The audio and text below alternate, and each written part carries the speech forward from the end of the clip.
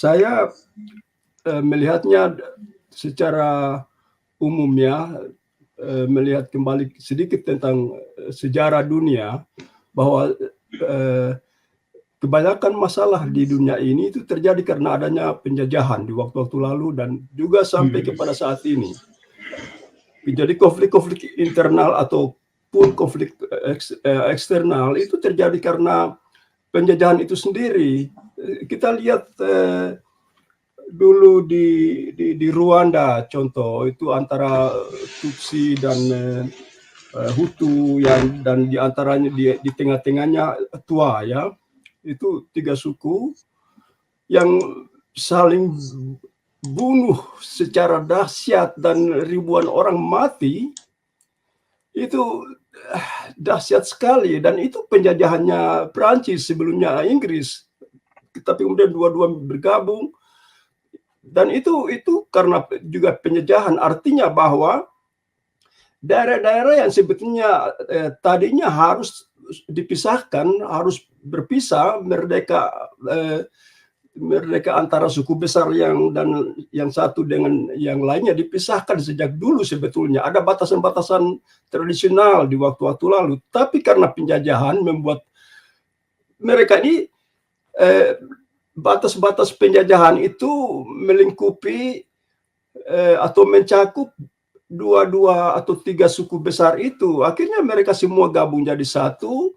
Setelah penjajah pergi, mereka saling berperang begitu. Dan itu terjadi di Rwanda.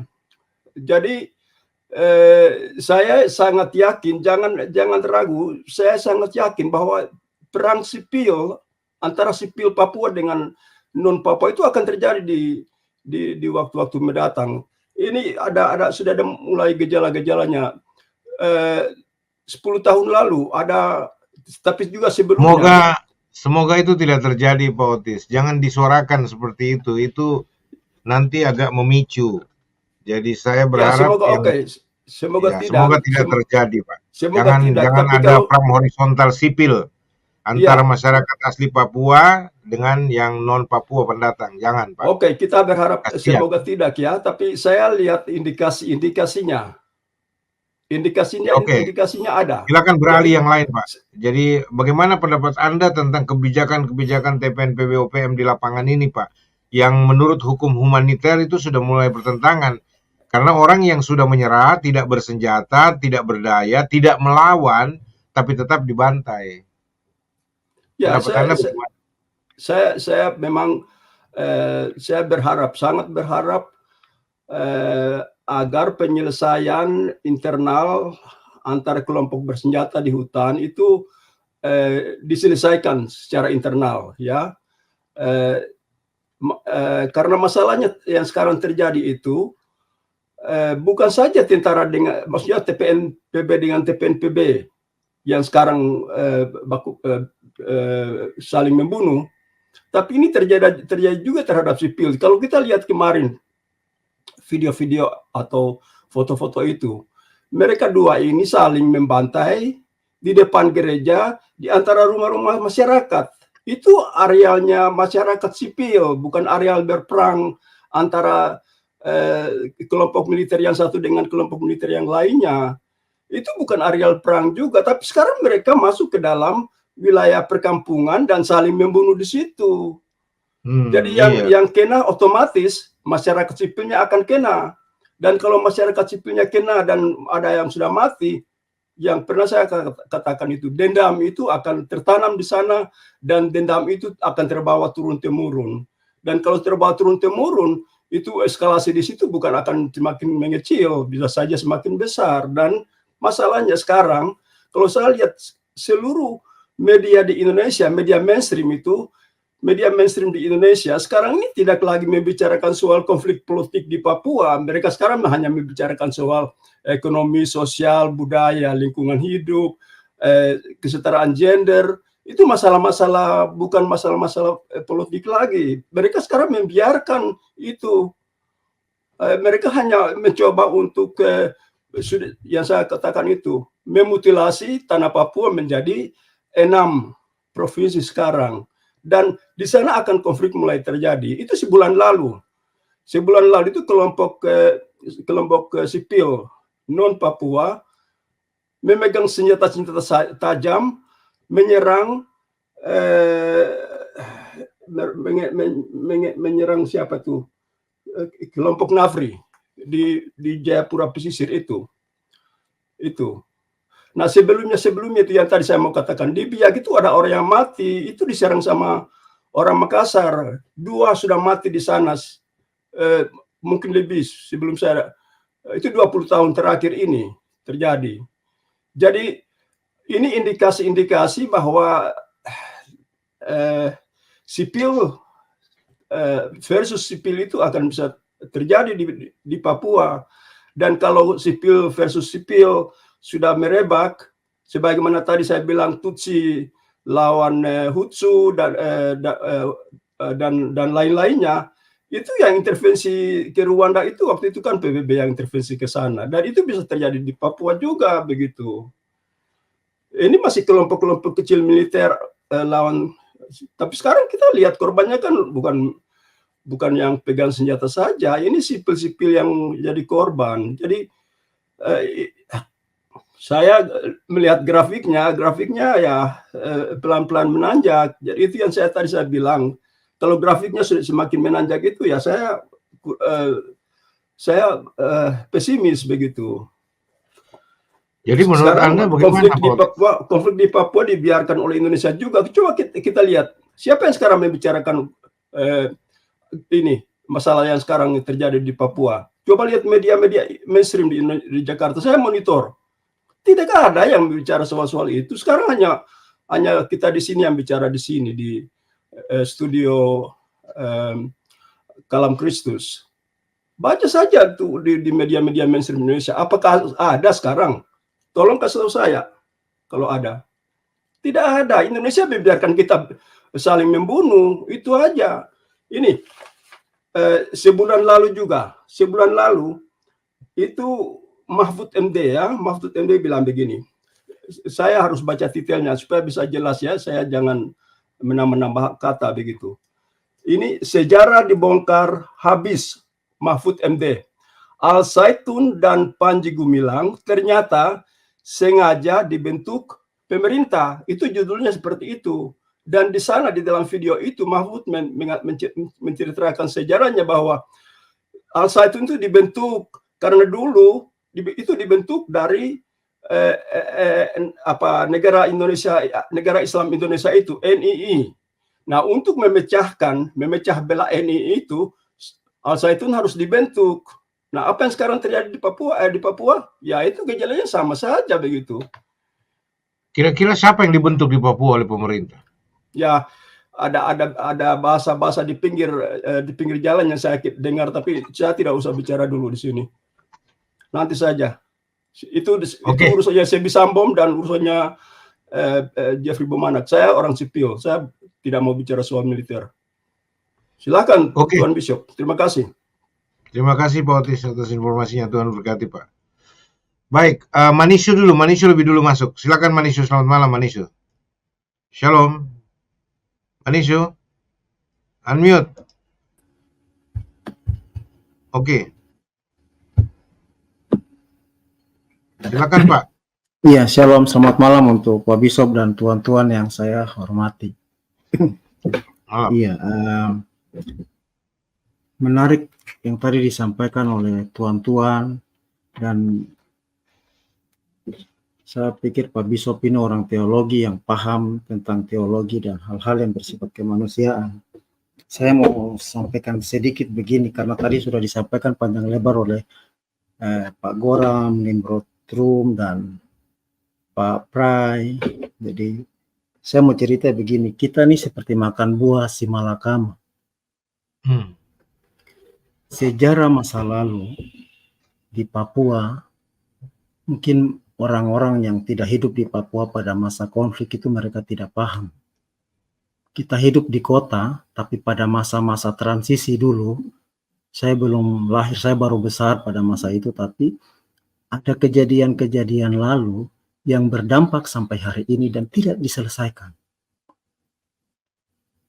Jadi kesadisan-kesadisan yang terjadi itu sebenarnya kalau saya mau bilang ada input, ada output, ada outcome dan impact-nya yang berkepanjangan sekarang sedang terjadi.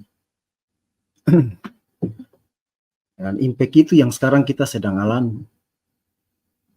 Dan saya melihat mayoritas orang Papua itu lebih cenderung ke sebelah yang bertentangan dengan kami di Indonesia.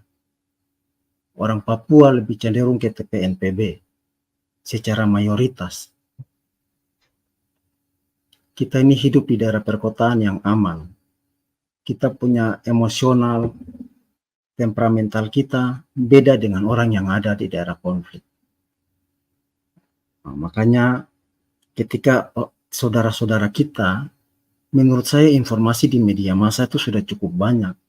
Kita yang di daerah aman-aman ini di kota, kita tahu betul bahwa informasi daerah-daerah konflik itu di daerah mana saja. Bahkan saudara-saudara kita yang dari pantai, sudah kita informasikan hati-hati ke daerah ini. Kalaupun ada kontrak ke sana, sampaikan bahwa itu daerah konflik. Untuk meminimalisir, jangan sampai ada persoalan pembantaian seperti itu. Karena hati kami ini hancur, hati kami ini sedih. Tetapi saya kembali ke cerita awal tadi bahwa ada trauma masa lalu yang tidak kita selesaikan. Kalau saya, keluarga saya dibuat seperti begitu, ya dan benar. Di hadapan kami, disuruh gali pasir dan sebagainya, lalu dibantai.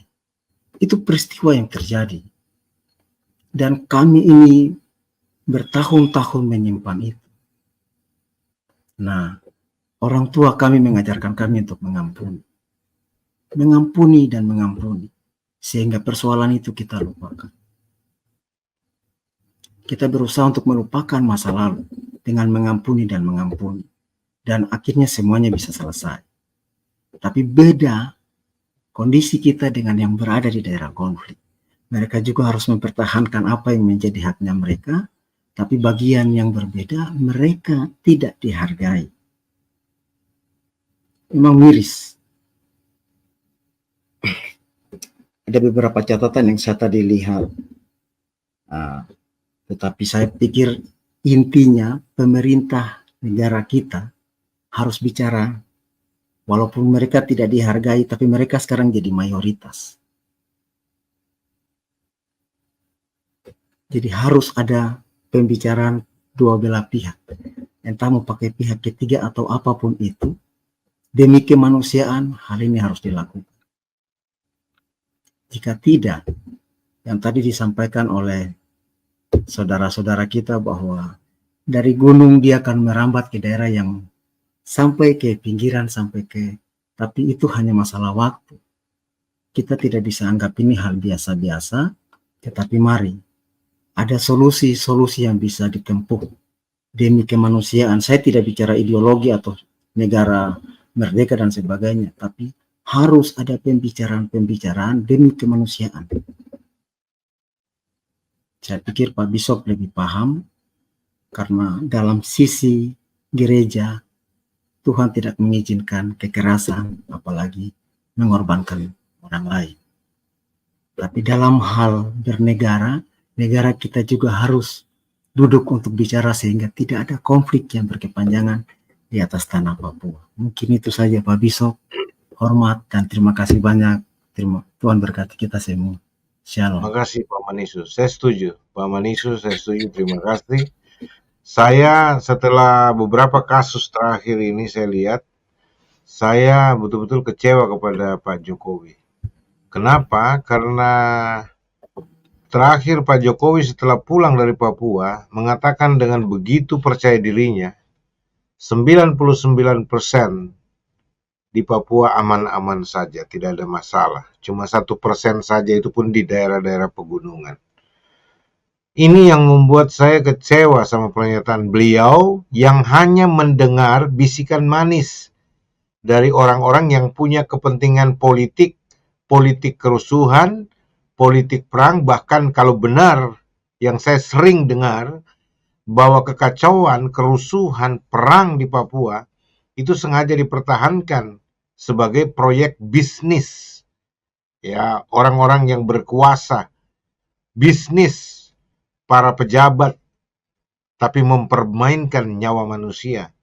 Dan sayangnya, kalau Pak Jokowi hanya mendengar dari orang-orang seperti ini, tapi tidak turun langsung, tidak berdialog langsung. Pertanyaan saya, pernahkah Pak Jokowi berdialog dengan pihak gereja? Justru di Papua, Pak Jokowi berdialog dengan pihak-pihak Muslim. Bukannya orang-orang Kristen, pendeta-pendeta, gereja-gereja, yang saya dengar begitu. Apakah saya juga dengar berita bohong sepihak, saya nggak ngerti. Gitu. Mestinya Pak Jokowi datang kumpul semua orang-orang gereja, karena banyak juga untuk anggota TPNPB ini, OPM, yang orang-orang gereja. Dan pendetanya tahu. Dan mereka juga ingin diajak bicara. Pertanyaan saya, Pak Jokowi 18 kali pergi ke Papua, ngapain aja? Pernah nggak duduk berbicara mau tanya persoalan KKB atau TPNPB OPM itu? Bagaimana penyelesaiannya? Kumpul tokoh-tokoh Papua, tokoh adat, bicara masalah ini. Saya nggak tahu apakah pernah, atau saya ketinggalan berita, saya nggak ngerti. Tapi saya mau kasih tahu sama saudara, inilah kekecewaan saya sebagai hamba Tuhan, sebagai duta Kristus. Kok pemerintah saya kayaknya anggap enteng sekali soal nyawa yang melayang. Ya, mudah-mudahan ada dari pihak Indonesia, dari pihak kepolisian, ada pihak tentara yang masuk dan berbicara di sini, ya, supaya bisa menjelaskan bagaimana sebenarnya. Supaya saya juga tidak dibilang channel ini adalah channelnya OPM, menyediakan ruang hanya untuk orang-orang KKB dan sebagainya. Saya tolak pernyataan itu. Sekalipun itu datang dari pemerintah, dari TNI, dari Polri, dari BIN, dari BAI, saya tolak. Kenapa? Saya berulang kali undang semua pihak dari Indonesia yang berkompeten, para diplomat Indonesia untuk Papua dan sebagainya. Nggak ada yang mau bicara.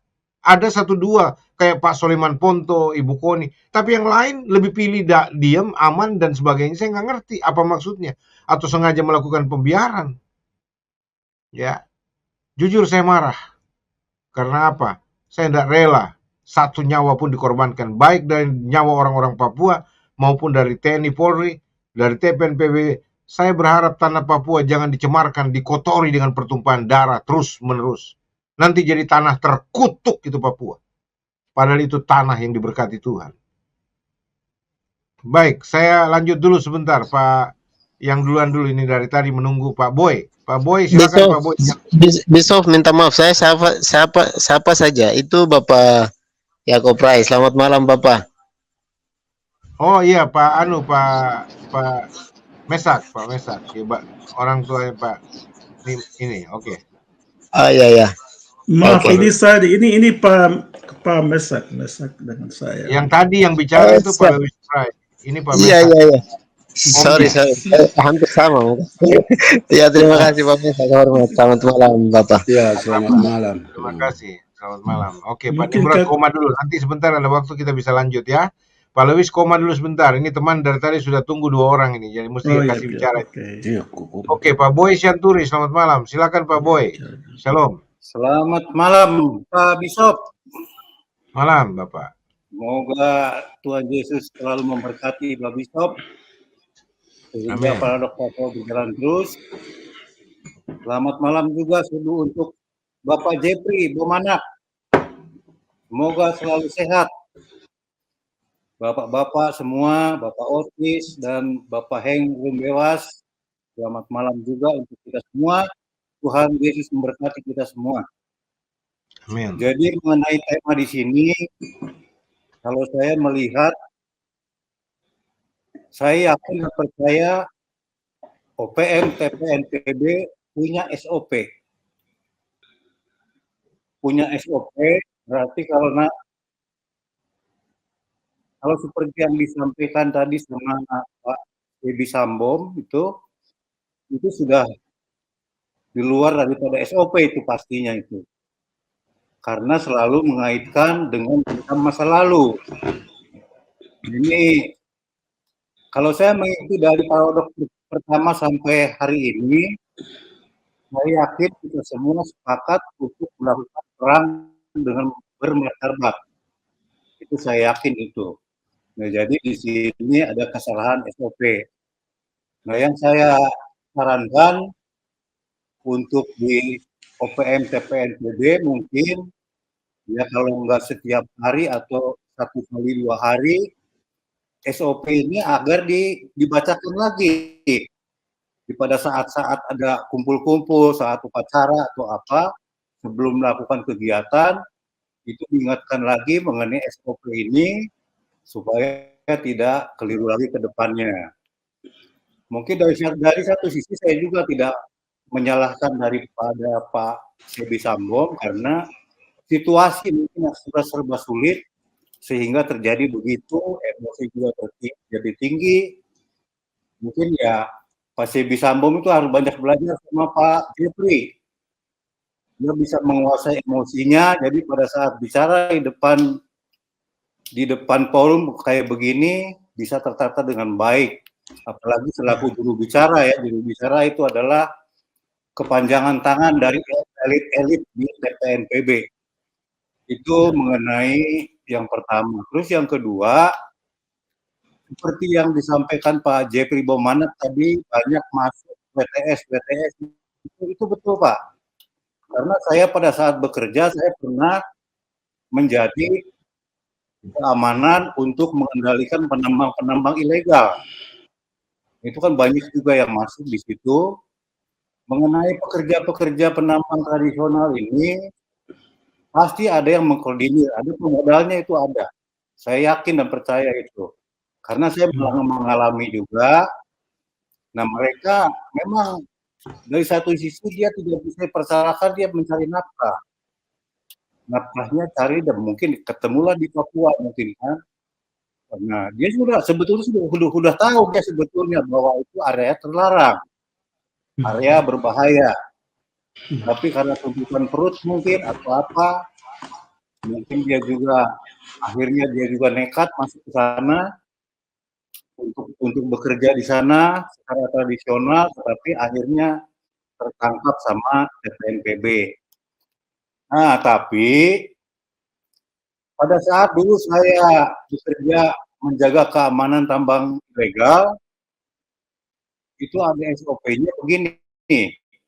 Pada saat saya bertemu dengan penambang ilegal, kita tangkap, kita foto. Kita foto, apalagi zaman sekarang sudah banyak HP yang nggak canggih lah bisa kita foto. Kita lepaskan, kita kasih ingat, sekali lagi Anda masuk ke sini, hati-hati. Itu yang kami sampaikan pada saat itu. Tentu dari TPNPB juga sudah punya strategi kayak gitu, saya yakin dan percaya sudah ada. Cuman mungkin namanya kelalaian. Bisa saja terjadi. Hal ini terjadi karena mungkin ada yang lupa sama SOP-nya. Nah, ini perlu penjagaan terus. Mengenai penambang ilegal dengan WTS ini, betul apa yang dibilang Pak Jeffrey tadi, itu banyak pemodalnya Pak, banyak bosnya itu. Bosnya banyak, ya bisa dari oknum TNI Polri juga bisa, dari umum bisa, dari maaf ini dari warga Papua juga ada yang memodal demi keuntungan yang besar.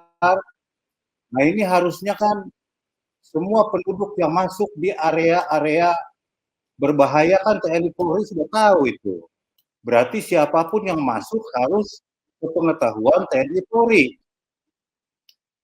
Untuk pekerja-pekerja di sana tentu harus sepengetahuan perusahaan di mana dia bekerja didampingi oleh keamanan dari perusahaan itu sendiri dan keamanan dari TNI Polri bila diperlukan. Jadi semuanya aman, tidak ada masalah. Nah untuk ke depan, dengan adanya Paradoks Papua ini, saya sudah banyak mendengarkan bahwa kita semua akan berperang secara bermartabat. Terus terang Pak Bishop, saya masuk ke sini sebetulnya ke Paradoks Papua ini dilema juga. Karena apa? Saya punya pengalaman yang menyedihkan. Masalahnya kenapa? Jadi bapak saya TNI dulu, TNI, dia bertempur di tim-tim, meninggal di sana. Nah, pada saat tim-tim dibebaskan karena referendum, kita semua anak-anak mama-mama dan anak-anak suami-suami yang meninggal di tim-tim itu demo. Kenapa dilepaskan tim-tim? Kalau memang mau dilepaskan, ngapain kirim tentara untuk berperang ke sana? Akhirnya begitu. Nah, jadi saya rasa NKRI juga punya rasa trauma itu, Pak. Punya rasa trauma itu jangan-jangan karena sudah banyak tentara di sana di Papua juga meninggal, jika diberikan referendum, akhirnya juga lepas juga. Tapi biarpun bagaimana, itu kita terserah sama Tuhan. Tapi intinya begini, kalaupun dari TPNPB, OPM, ya sudah, kita perang saja. Saya setuju dengan apa yang disampaikan sama Pak Ponto. Ya sudah, bertempur saja. Tapi kalau bertempur kan sebaiknya ditentukan areanya. Di mana area kita bertempur. Supaya jangan ada warga sipil di situ. Karena kalau kita lihat, saya penggemar film perang. Semua film perang saya tonton. Mulai perang pertama, dunia kedua. Jika ada masyarakat sipil atau tawanan yang ditangkap, itu diinterogasi, jika tidak ada hubungannya dilepaskan.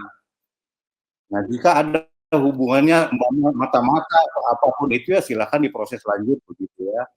Nah, jadi itu mungkin mudah-mudahan Tuhan akan memberikan jalan percepatan kemerdekaan Papua, karena kalau secara duniawi ini akan sulit. Menurut saya NKRI juga punya rasa trauma dengan banyaknya korban tentara meninggal di tim-tim dulu, tapi ternyata tim-tim lepas juga. Nah, itu mungkin trauma itu yang akan mempersulit, di samping dengan resolusi 2504. Tapi saya yakin dan percaya, jika dilakukan dengan bermartabat, seperti yang pernah disampaikan sama Pak JP Bomanak, ada alur-alur strategi yang sedang dilaksanakan, sehingga R2504 itu dapat dijatuhkan, digugurkan dengan secara baik. Saya berharap begitu, dan saya nggak tahu perasaan saya, 2030 kayaknya bisa merdeka nih Papua. Ini perasaan saya ya. Mudah-mudahan itu ya. Kita berdoa bersama semua, semoga semua itu menjadi baik adanya. Untuk masalah yang ada sekarang itu, saya rasa masalah internal elit TPNPB. Nah, itu mungkin ada yang saking lelahnya sehingga lupa dengan SOP. Jadi yang saya tekankan adalah SOP-nya, Pak. SOP-nya itu perlu mungkin satu kali 1 minggu atau 1 kali 3 hari mengingatkan lagi semua pasukannya mengenai SOP-nya itu. Saya rasa itu Pak Bishop. Semoga Tuhan memberkati kita semua. Terima kasih. Mulia Godang, Pak Boy. God bless you, sir. Silakan koma dulu, istirahat dulu. Papua Mas, selamat malam Papua Mas. Silakan. Shalom Papua Mas. Shalom, selamat malam Bapak Bishop. Malam Mbak. Kakak Jeff, Kakak Lewis, Bapak Heng, Pak Boy dan semua yang hadir, Kakak Otis. Ya, saya mungkin melihat Papua dari sejarah pertama kali Papua itu terbentuk.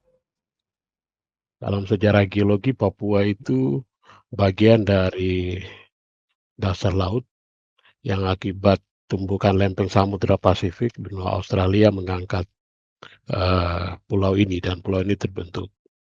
Nah, orang-orang Papua yang hari ini mendiami pulau Papua ini adalah orang-orang suku-suku bangsa yang dihimpun oleh Tuhan dan dibawa masuk ke sini. Nah, kita bisa lihat pembuktian banyak hal yang bisa kita lihat. Kalau di daerah pegunungan itu ada kerang-kerang laut yang umurnya sudah ratusan bahkan puluhan juta tahun. Dan hari ini sudah jadi fosil, itu jadi bukti. Di Wamena ada air garam, ada pasir putih, dan segala hal. Ada aktivitas tektonik, aktivitas magma yang cukup tinggi, maka di jalur pegunungan tengah itu muncul kehadiran mineralisasi emas, tembaga, dan lain-lain. Maka kalau di Papua itu ada tambang PT Freeport, di Papua New Guinea itu ada Octedi Mining, ada Pogera Mining, dan lain sebagainya. Di Nabire itu ada tambang-tambang tradisional, lalu blok Wabu yang kemudian menjadi primadona yang muncul dan kemudian ada konflik yang terjadi sampai hari ini.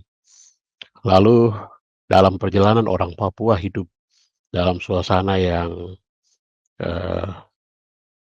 saat itu belum kenal Tuhan, hidup saling berperang antar sekalian banyak suku, dan banyak pertumpahan darah itu terjadi di negeri ini. Saat itu orang Papua belum menyadari bahwa Tuhan Yesus itu menjadi Tuhan yang membawa orang Papua masuk ke pulau ini. Datanglah para misionaris Otto dan Kessler menginjakan kaki di Pulau Mansinam dan orang Papua betul mengenal bahwa orang Papua hadir di tanah ini, tanah perjanjian yang diberkati Tuhan, seperti bangsa Israel masuk ke tanah perjanjian, orang Papua masuk ke tanah perjanjian. Tapi kita masih kemudian dalam perjalanan karena kepentingan segala hal, Freeport ditemukan, lalu setelah Perang Dunia Kedua, Freeport itu masuk dengan segala macam kontrak karya dan segala macam kepentingan mulai masuk. Maka kalau kita ingat baik, pendeta ISK ini punya kata-kata hari ini terwujud itu di negeri ini.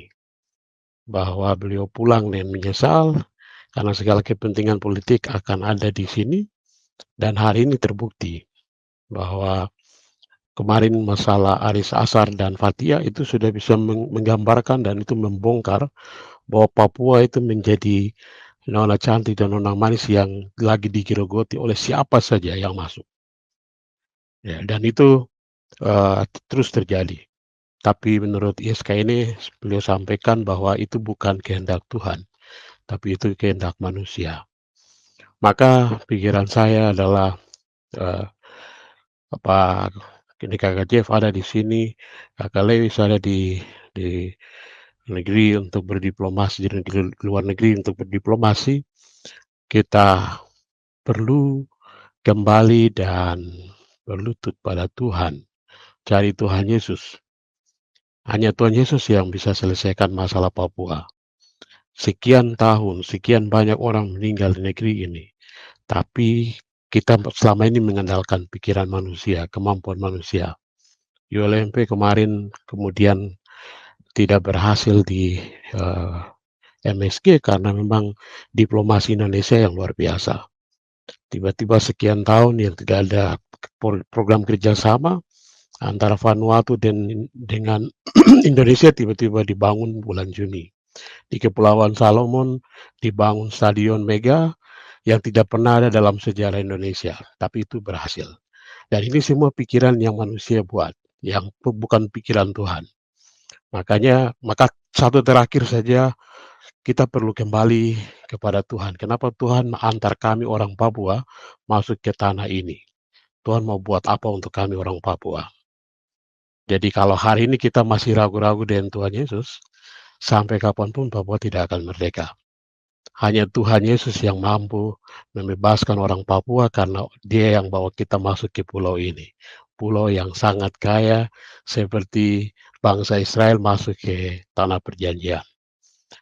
Itu pikiran saya dan harapan saya KTT di Vanuatu yang mungkin sementara sedang jalan, siapapun yang terpilih menjadi pemimpin ULMP, dia harus pemimpin yang takut akan Tuhan.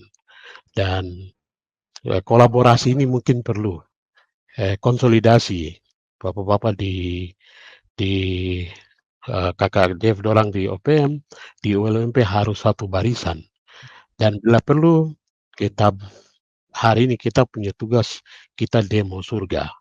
Kenapa Tuhan taruh orang Papua di Papua ini? Apa maksudnya? kami hari ini mau kembali, kami berlutut, dan kami mau lihat apa yang Tuhan rencanakan untuk orang Papua. Karena Pendeta Yeska ini sudah bicara itu, dan hari ini penggenapannya. Kita hanya butuh kembali refleksi, bergaul dengan Tuhan, karena hari ini Tuhan Yesus muncul setiap pribadi-pribadi yang betul berdoa sama Dia. Mungkin itu dari saya. Terima kasih. Shalom. Selamat malam. Terima kasih Pak Puan mah. Yang saya garis bawahi adalah mari kita orang-orang Papua tidak usah demo kepada Presiden Jokowi, nggak usah demo ke PBB, nggak usah demo kemana-mana. Demo kepada Tuhan. Di kerajaan sorga kita demo. Artinya kita bertobat sungguh-sungguh, kita merendahkan hati, berseru bersama-sama. Contoh dari Israel itu ketika mengalami penderitaan, mereka akhirnya bersatu dalam penderitaan, berteriak, mengerang kepada Tuhan, barulah tangan Tuhan turun. Campur tangan Tuhan turun. Ketika orang Israel angkat tangan menyerah, tangan Tuhan turun untuk menolong. Kenapa Papua nggak bisa mencontohi? Dalam penderitaan seperti ini bersatulah, merendahkan hati, angkat tangan, berserah kepada Tuhan. Maka tangan Tuhan akan dinyatakan bagi Papua. Amat sangat keren Papua mah. Kiranya Tuhan memberkati Anda Papua mah, memberikan inspirasi bagi kita semua di tempat ini. Tuhan berkati Pak. Sampai ketemu lagi. Ya, shalom. Baik, Pak Heng Rumbewas. Pak Heng masih mau bicara kah? Atau memang so bosan bicara? Bukan bosan Pak. Bapak kita pikirkan jalan keluarnya, karena Bapak jangankan sesama saudara sipil ini, tapi yang kemarin Bapak bilang Indonesia itu hanya robot atau kaki tangan dari Amerika, Selandia Baru, Australia, di mana saya diami, dan nenek moyang kami orang Belanda. Tunggu dulu. Jangan lanjut dulu. Ini jangan suka potong-potong ekor, baru pegang ekor saya bicara, lalu kemudian saya bilang seperti itu. Nanti saya di Jakarta nanti dapat DPO kayak Jeffrey lagi. Buat saya yang bilang robot. Nah ini bahasan Pak, bahasan bersama tentang itu. Jadi jangan bilang saya yang bicara, bilang Indonesia itu robot. Bukan. Robot itu kan arti kiasan saja. Iya, tapi itu kita bilang sama-sama. Iya betul. Jadi Bapak, kita sudah lihat itu, kita bahas. Jangankan yang ini, yang dicincang ini. Bapak, saya bisa bayangkan ada 2 anak dari Arnold Taap. Saat Arnold sebelum dia meninggal, dibunuh, dibantai sebulan sebelum itu, saya ketemu Bapak. Mayatnya bukan saja digunakan sangkur, Bapak dibakar lagi. Itu tahun 84. Kemudian Bapak Pendeta Yeremias yang 2 tahun lalu atau tahun lalu dicincang lalu diiris. Bapak, siapa yang tidak bisa bukan mendendam, tapi tadi disampaikan beberapa saudara lain membawa itu perasaan yang sedemikian. Sekarang kasihan saudara Jeffrey ada ini. Kita lihat apa yang dilakukan oleh Amerika Serikat, Australia, dan Selandia Baru. Dan sekarang penyanderaan itu juga salah terhadap saudara Philip. Tapi Bapak, bagaimana kekayaan alam dibawa lari oleh Amerika? Dan orang Papua harus serta-merta menerima itu di New York Agreement. Bapak, ini bukan masa lampau untuk orang Papua diisolir, untuk hanya memakai koteka, dianggap sederhana.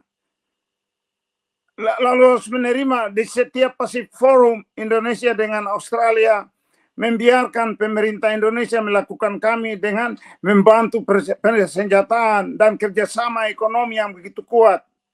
Dan Bapak, kami tidak seperti Palestina atau negara lain. Bapak lihat waktu terjadi Olimpiade di Jerman, perlakuan orang Palestina terhadap penyanderaan itu. Orang Papua kalau lebih jahat melihat hal ini. Kemarin umpamanya saudara-saudara kita dari Papua yang dibawa seorang pendeta Papua juga melopor itu, lalu menari di Vanuatu, lalu membiarkan kami ada walkout. Orang Papua begitu baik di dalam tanahnya sendiri, lalu di luar negeri diperlakukan seperti apa ya? Dan Bapak, seperti saya katakan, Bapak, saya tidak mau emosi lagi. Kita makan hati seperti sekarang. Australia mengirim tenaga yang begitu besar, banyak membantu Ukraina bersama Amerika berperang dengan Rusia. Dan Rusia membabi buta membunuh begitu ratusan ribuan orang Ukraina yang mempertahankan wilayahnya berdaulat. Seandainya Australia, Bapak saya katakan ini, seandainya Australia atau Selandia Baru seperti sekarang Philip jadi korban, memberikan kami bantuan senjata, Bapak, aduh, tidak perlu tanda tangan kontrak. Orang Papua sudah bosan.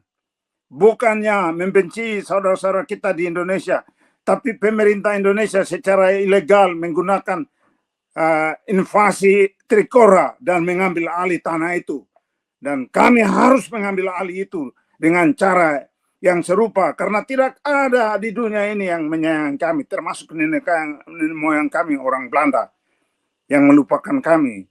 Tapi Bapak, kami masih baik, orang Papua masih baik, begitu baik. Dan inilah yang dibawa oleh saudara kita Sebi Sambom yang kasihan menderita, pulsa saja tidak punya. Ini adik saya ini, adik Jeffrey, saudara Prai, pulsa saja kami tidak punya. Tapi kami masih bersuara bersama Bapak Bishop setiap saat mengatakan bahwa penggunaan kekerasan, violence is not accepted, acceptable anywhere di dunia sekarang ini. Jadi mau memberikan gambaran bahwa orang Papua itu tidak baik. Bapak kemarin, dan Bapak waktu kami melakukan kerjasama antara pemerintah Vanuatu dengan yang diprakarsai Jacob Prai, Barak Sope di Vanuatu, antara Jacob Prai dengan Rumkorem. Bapak, sementara kami mau bahas masuk, saudara Andi AM Seba membawa masuk mata-mata Indonesia. Dan saya katakan, saudara-saudara ini dulu menjadi kaki tangan Indonesia, sekarang membawa masuk kaki tangan Indonesia lagi. Itu orang Papua termasuk Meset itu. Bagaimana kami bisa memaafkan orang-orang ini yang pernah jadi pengkhianat? Rumkorem juga termasuk pengkhianat. Tapi kami masih membawa misi menyatakan bahwa history is wrong, sejarah itu salah. Baik oleh para pengkhianat yang digunakan oleh pemerintah Indonesia. Dan Bapak Bishop sebagai satu contoh tadi menyatakan Bapak Jokowi yang pergi menggendong anak-anak dan mengatakan tidak ada masalah di Papua. Jadi Bapak Bishop jadi contoh dan kita membawa misi damai ini. Dan coba kita menangkan saudara seperti Jeffrey atau saudara-saudara yang lain yang terisolir dan menyatakan kepada Jokowi dan kawan-kawan, mari kita berbicara secara damai. Tadi Bapak Boy sudah katakan, tahun 2030 Papua mungkin akan terlepas karena ketidakadilan yang ada di Papua. Dan Rocky Gerung dengan Pak Mahfud 3 malam lalu mengatakan, apabila terjadi perang antara China, Rusia melawan Amerika dan sekutunya, maka suplai kepada Indonesia akan terputus dan hancurlah Indonesia. Mungkin itu yang akan Tuhan berikan lewat perang Hiroshima dan Nagasaki tempo itu. Dan Indonesia mengatakan gagah dengan itu senjata bambu runcing, semuanya omong kosong. Dan orang Papua juga akan menang melewati satu proses damai seperti itu. Dan Bapak Bishop akan kami angkat, Bapak Bowie akan kami angkat jadi saudara-saudara kami di Papua yang bersuara seperti, bernubuat seperti Yahya Pembaptis. Selamat malam Bapak Bishop. Mari kita berjalan dengan misi damai ini. Terima kasih.